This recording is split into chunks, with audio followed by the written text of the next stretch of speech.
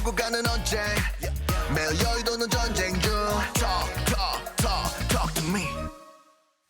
국회팀 안보람 기자 나와 있습니다. 어서 오세요. 예, 이화영 전 부지사 1심 얘기부터 해볼게요. 먼저 궁금한 것이 민주당 분위기인데 좀 당황한 것 같아요.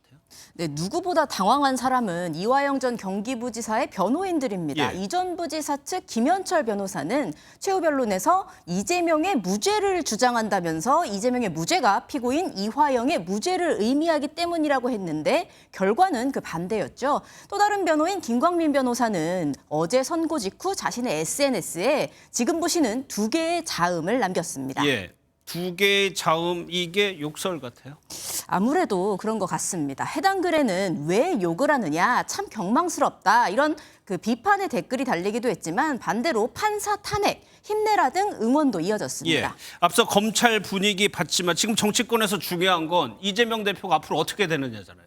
네, 그렇습니다. 이재명 대표 이 사건 처음 불거졌을 때 보였던 반응 먼저 보시겠습니다. 아마 검찰에 이제 신작 소설이 나온 것 같은데 종전의 창작 실력으로 봐서 잘 안 팔릴 겁니다. 하지만 이 전 부지사 판결로 검찰은 대북 송금 혐의 관련 이 대표를 추가 기소할 동력을 얻었죠. 이 대표 사법 리스크가 되살아나는 게 아니냐는 목소리 나오고 있습니다. 예, 두 번째 이슈는 이것도 뜨거웠어요. 특검 얘기군요. 네, 국민의힘 윤상현 의원이 이번 주 초 문재인 전 대통령 부인 김정숙 여사 특검을 발의하면서 공방이 이어졌습니다. 국민의힘에선 박수형, 배현진 의원이 김정숙 여사 인도 방문 관련 공세에 앞장서고 있고요. 민주당에선 윤건영, 고민정 의원 등 청와대 출신 의원들은 물론 김 여사 인도 방문 당시 대표 단장을 맡았던 도종환 전 문화체육관광부 장관도 나섰습니다. 인도 공주가 와서 김혜김 씨의 시조가 되고 김혜호 씨의 시조가 되었지 않습니까? 그러면 여사님이 가는 게 딱 맞겠다. 이 의혹이 처음 나왔을 때도 그랬던 것 같은데 당 지도부에서 적극적으로 나서지 않는다 이런 평가도 있어요. 네, 지도부가 나서서 이를 키울 필요가 없다. 이게 표면적인 입장입니다. 김정숙 여사 관련해서는 최고위에서 언급되지는 않았고요. 크게 이렇게 부각해서 전면전으로 대응할 생각은 없습니다.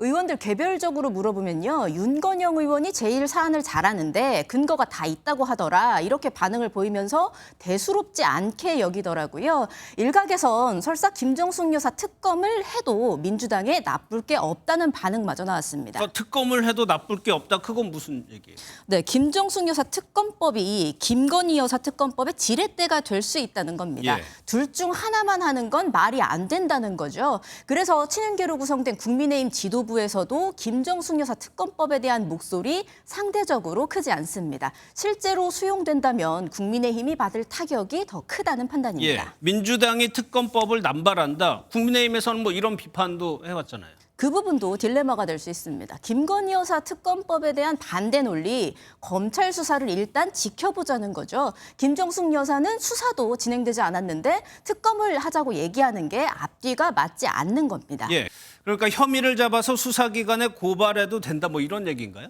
네, 이준석 개혁신당 의원 바로 이 점을 공격하고 있습니다. 예. 수사기관에 의뢰하면 되는데 특검법을 발의한 건 생쇼라고 일축한 건데요. 오늘도 대한항공이 기내식 수의 계약한 것이 이상해 보이는 사람들은 마땅히 다누림건설 대통령실 공사를 수의 계약한 것을 이상하게 생각해야 한다면서 국민의힘이 셀프로 스노우볼을 굴린다고 꼬집었습니다. 스스로 부담을 키우고 있다는 지적인데 국정전환용 카드가 될지 자충수가 될지 관심이 쏠립니다. 알겠습니다. 잘 들었습니다. 안보람 기자였습니다.